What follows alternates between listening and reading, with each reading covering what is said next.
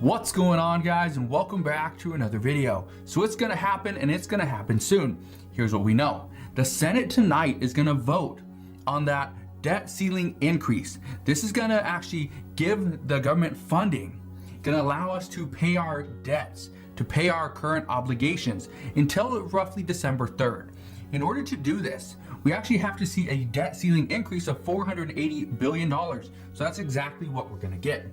Now, this is just pushing this back. It's just pushing back this event of potential default back into December, to December 3rd. So that's not great news. The White House has mentioned this before. We're just kicking the can down the road. However, according to reports, kicking the can down the road and dealing with it later on is a better solution than what could happen in just 11 days when we would have defaulted on this debt. So now the vote is supposed to happen tonight, but even if it gets delayed, doesn't matter, right?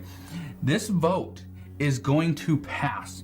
According to all expectations from both Republicans and Democrats, this will have enough votes. Right now, we know of 7 Republicans in the Senate that will vote yes on this bill. The other 43, we do not know who is going to be the other 3 voters that will get this over the 60 vote minimum. However, according to Senator Mitch McConnell, this is something that is going to get done. We are going to see this pass. He's hard pressed to figure out who the other 3 voters are going to be because many of them are still trying to figure this out themselves. So the good news is once this passes, this means Social Security checks are still going to go out. You don't have to worry that you're going to miss your checks. The child tax credit payments will still go out. You will not see any delays there. The stock market's not going to crash. And I know a lot of people, say, we don't have money to invest in the stock market. And I understand that. Yeah, I understand having money right now is difficult. However, there's a lot of people here in the community.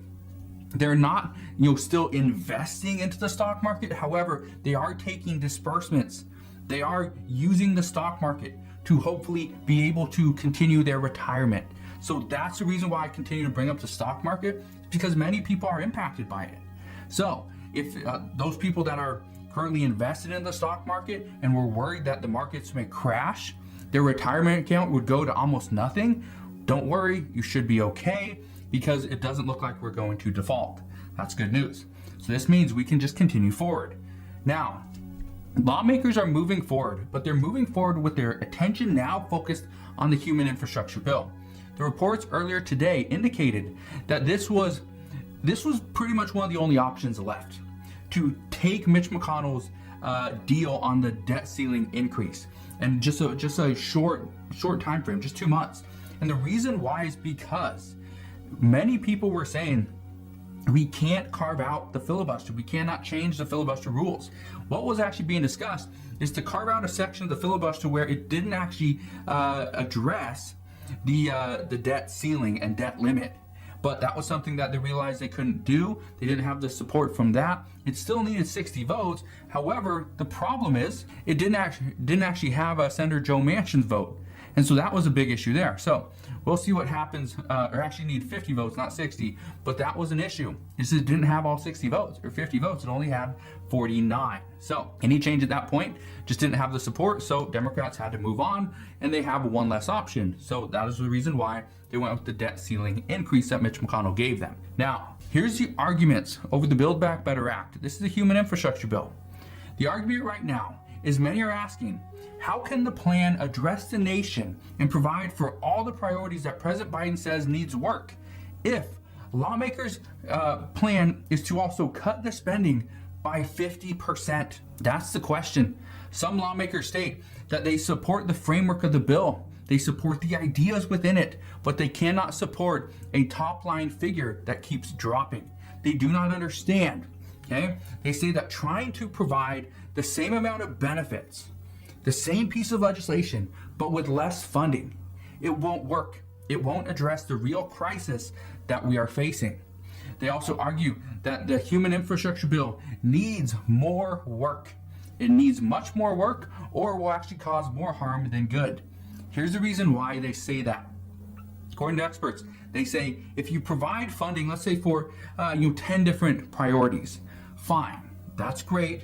But as long as the priorities are fully funded.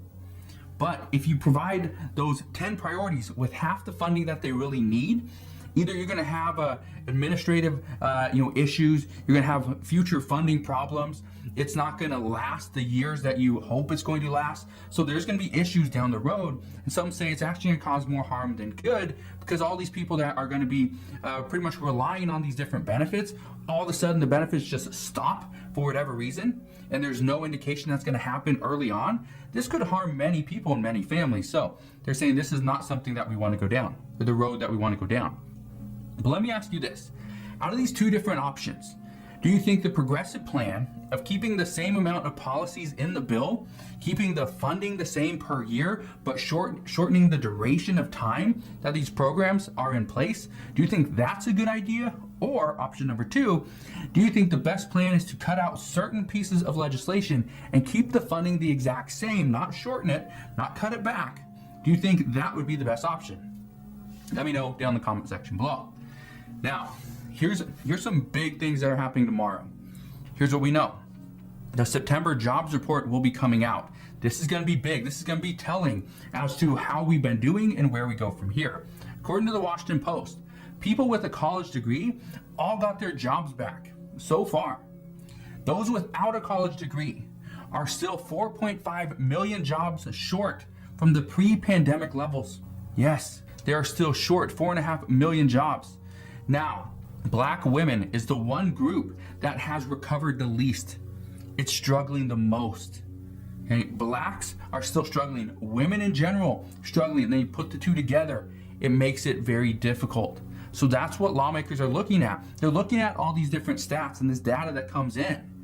What we are currently seeing is that also small business owners, they are struggling to fill their open positions. About 51% of small business owners say they can't fill their open positions, and that is actually up 1% from last month. Again, it's not looking great. Some economists believe that the reason why this is happening is because, number one, more baby boomers are retiring. They see the markets are up, they're doing well, so they want to cash in. They're selling their homes, they're selling different items that they have, RVs and things like that, selling second homes, just getting the cash that they can and try to live off of it. It's a good idea. They also say that the younger generation of people are more inclined to work from home and want to control their time better. They're not willing to go work 40 hours a week and trade their time for money. That's how the younger generation is thinking. In a lot of businesses, and I know this for a fact because I do it as well, instead of hiring people in-house to do certain jobs and paying them as an employee, I pay them as a freelancer. Okay? So I'm not actually hiring them myself, through my company. I pay them, on the pretty much as their own, business, their own entity. And so by doing this and outsourcing jobs, it really helps. So this is what a lot of businesses have decided to do. So instead of having all these people working in-house, they're just outsourcing the jobs to the same people, but they are having their own business.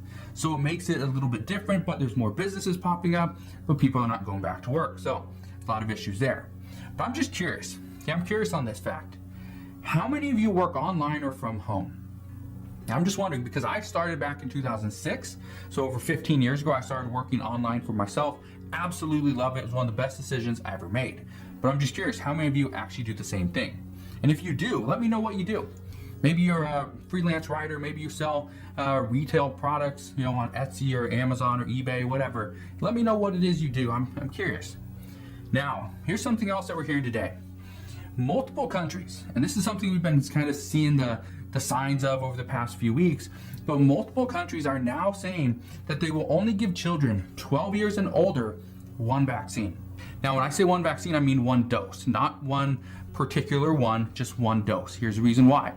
They're not going to give the second dose of the vaccines because they say that's where all the complications are coming from, is from the second dose. So if you just give one dose, these children, or older children, preteens, I guess, they would still be somewhat vaccinated. They still have the vaccine, but what they're saying is that they're not fully vaccinated until the second dose. However, they will still have some immunity, just not all of it. Now, I don't know the exact details. I promise I will figure that out.